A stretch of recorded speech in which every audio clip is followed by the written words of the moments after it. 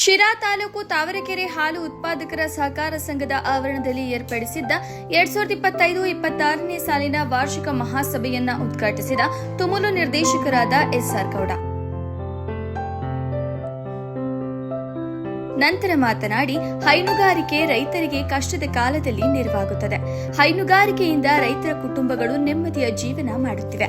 ಈ ನಿಟ್ಟಿನಲ್ಲಿ ರೈತರು ಹೈನುಗಾರಿಕೆಯಲ್ಲಿ ಹೆಚ್ಚು ಲಾಭ ಗಳಿಸಲು ತಾವು ಸಂಪ್ರದಾಯಬದ್ಧವಾದ ಹೈನುಗಾರಿಕೆಯನ್ನ ಮಾಡದೆ ತಾಂತ್ರಿಕವಾಗಿ ವೈಜ್ಞಾನಿಕವಾಗಿ ಮಾಡಬೇಕು. ಹೈನುಗಾರಿಕೆ ಬಗ್ಗೆ ತರಬೇತಿ ಪಡೆಯಬೇಕು.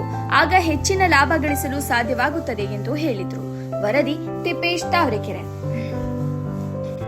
ಮುಂದಿನ ದಿನಗಳಲ್ಲಿ ಹಾಲಿನ ಉತ್ಪಾದನೆಯಲ್ಲಿ ಭಾಳಷ್ಟು ಸಮಸ್ಯೆಗಳು ಒದಗ್ತಕ್ಕಂಥ ಸಂದರ್ಭ ಇವತ್ತು ನಮಗೆ ಬಂದಿದೆ.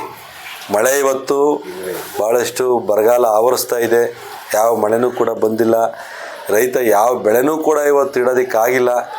ಅದರಿಂದ ಮುಂದಿನ ದಿನಗಳಲ್ಲಿ ನಮ್ಮ ದನಕರುಗಳನ್ನು ಸಾಕ್ತಕ್ಕಂಥದ್ದು ಭಾಳ ಕಷ್ಟಕರವಾದಂಥ ಪರಿಸ್ಥಿತಿ ಈ ತಾಲೂಕಲ್ಲಿ ಇವತ್ತು ನಿರ್ಮಾಣ ಆಗ್ತಾ ಇದೆ. ಇದನ್ನು ನೀವೆಲ್ಲರೂ ಸವಾಲಾಗಿ ಸ್ವೀಕರಿಸಬೇಕು. ಮುಂದಿನ ಬೇಸಿಗೆ ಯಾವ ರೀತಿ ನಿಭಾಯಿಸಬೇಕು ಎಂಬುದ್ರ ಬಗ್ಗೆ ಈಗಲೇ ಮುಂಜಾಗ್ರತವಾಗಿ ನೀವು ಮೇವುಗಳನ್ನು ಬೆಳ್ಕೊಂಬತಕ್ಕಂಥ ನಿಟ್ಟಿನಲ್ಲಿ ನಮ್ಮ ರೈತರು ಇವತ್ತು ಕಾರ್ಯಪ್ರವೃತ್ತರಾಗಬೇಕು. ಏನಾದರೂ ದೇವ್ರ ದಯದಿಂದ ಏನಾದರೂ ಮಳೆ ಸ್ವಲ್ಪ ಬಂದರೆ ಆ ಮಳೆಯಲ್ಲಿ ಇವತ್ತು ನಾವು ಬೀಜಗಳನ್ನು ಕೊಡ್ತಾ ಇದ್ದೀವಿ ನಿಮಗೆ. ಆ ಬೀಜಗಳನ್ನು ತಗೊಂಡೋಗಿ ಹಾಕಿ ಇವತ್ತು ಮೇವು ಬೆಳ್ಕೊಂಬತಕ್ಕಂಥ ಕೆಲಸವನ್ನು ನೀವು ತುರ್ತಾಗಿ ನಮ್ಮ ರೈತರು ಮಾಡಬೇಕು. ಮತ್ತು ನಮ್ಮೆಲ್ಲರಿಗೂ ಕೂಡ ಹೈನುಗಾರಿಕೆ ಇವತ್ತು ಕಷ್ಟದ ಕಾಲದಲ್ಲಿ ನೆರವಾಗಿರ್ತಕ್ಕಂಥ ಒಂದು ಕಸುಬಾಗಿ ಇವತ್ತು ನಿರ್ಮಾಣ ಆಗಿದೆ.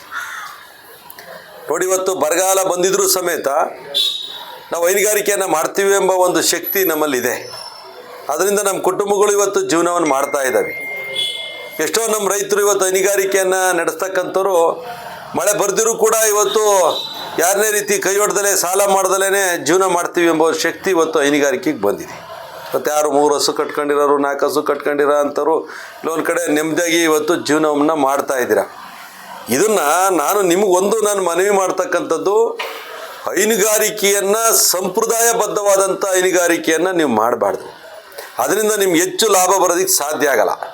ನೀವು ಹೈನುಗಾರಿಕೆಯನ್ನು ಯಾವ ರೀತಿ ಮಾಡಬೇಕು ಅಂದರೆ ಟೆಕ್ನಿಕಲಾಗಿ, ತಾಂತ್ರಿಕವಾಗಿ, ವೈಜ್ಞಾನಿಕವಾಗಿ ಹಲವಾರು ಮಾಹಿತಿಗಳನ್ನು, ತರಬೇತಿಗಳನ್ನ ನೀವು ತಿಳ್ಕೊಂಡು ಹೈನುಗಾರಿಕೆಯನ್ನು ಮಾಡಿದರೆ ನಿಮ್ಗೆ ಹೆಚ್ಚು ಲಾಭ ಬರೋದಕ್ಕೆ ಸಾಧ್ಯ ಆಗ್ತೈತಿ. ಇವತ್ತು ನಮ್ಮ ರೈತ 4-5 ಹಸು ಸಾಕುವಾಗ ಅವನ ಇದು ಸಾಕು, ನನಗೆ ಅಷ್ಟೇ ಸಾಕು, ನನ್ನ ಕೈಲಿನ್ನ ಆ ಹಸು ಸಾಕೋಕ್ಕಾಗೋದಿಲ್ಲ, ಮೈ ತೊಳೆಯೋಕ್ಕಾಗಲ್ಲ ಮತ್ತು ಹಾಲು ಕರೆಯೋಕ್ಕಾಗಲ್ಲ ಎಂಬ ಒಂದು ಮನಸ್ಥಿತಿ ಇವತ್ತಿದೆ. ನೀವು ಅದನ್ನು ಬದಿಗೊತ್ತಬೇಕು.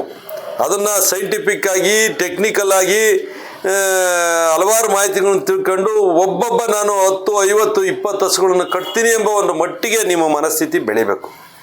ಅವಾಗ ಮಾತ್ರ ನೀವು ಹೈನುಗಾರಿಕೆಯಲ್ಲಿ ಹೆಚ್ಚು ಲಾಭ ಗಳಿಸ್ಬೋದು. ತಿಂಗಳಿಗೆ ಇವತ್ತು ನೀವು ಲಕ್ಷಾಂಗಟ್ಟಲೆ ಹಣವನ್ನು ಸಂಪಾದನೆ ಮಾಡ್ಬೋದು.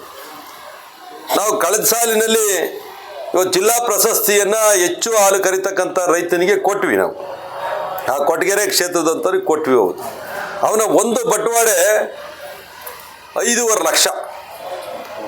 ಅವನ ತಿಂಗಳಿಗೆ 2 ಬಟವಾಡಿ ಅಂದರೆ 10 ಬೆಳೆ 11 ಲಕ್ಷ. ಅವನು ಎಷ್ಟು ಹಸು? 30 ಹಸು ಸಾಕಿದ್ದಾನೆ, 25 ಕರೀತವೆ.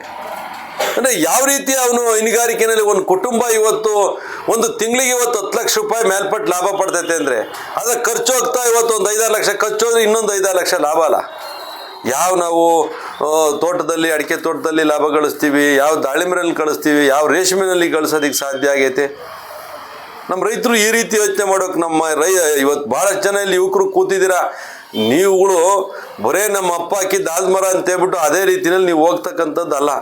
ವ್ಯವಸಾಯನ ಇವತ್ತು ನಾವು ಭಾಳ ಟೆಕ್ನಿಕಲಾಗಿ ಮಾಡಬೇಕು. ಹಲವಾರು ಮಾಹಿತಿಗಳನ್ನ ತಿಳ್ಕೊಂಡು ನಾವು ಆ ಟೆಕ್ನಿಕಲಾಗಿ ಮಾಡಿದಂಥ ಸಂದರ್ಭದಲ್ಲಿ ನಮ್ಗೆ ಹೆಚ್ಚು ಲಾಭ ವ್ಯವಸಾಯದಕ್ಕೆ ಬರೋದಕ್ಕೆ ಸಾಧ್ಯ ಆಗ್ತೈತೆ. ನಾವ್ಯಾರು ಅದನ್ನು ಉಪಯೋಗಿಸ್ಕೊಂಬಕ್ಕಾಗ್ತಿಲ್ಲ. ಇವತ್ತು ಇಸ್ರೇಲು ನಿಜಕ್ಕೂ ಕೂಡ ಅದರ ಒಂದು ವ್ಯಾಪ್ತಿ ನಮ್ಮ ಒಂದು ರಾಜ್ಯದಷ್ಟಿಲ್ಲ. ಇವತ್ತು ಏನು ಸುತ್ತಮುತ್ತ ಇರ್ತಕ್ಕಂಥ ಶತ್ರು ರಾಷ್ಟ್ರಗಳನ್ನ ಎದುರಿಸ್ಕೊಂಡು ಇಡೀ ವರ್ಲ್ಡ್ಗೆ ಇವತ್ತು ಅವರು ತರಕಾರಿ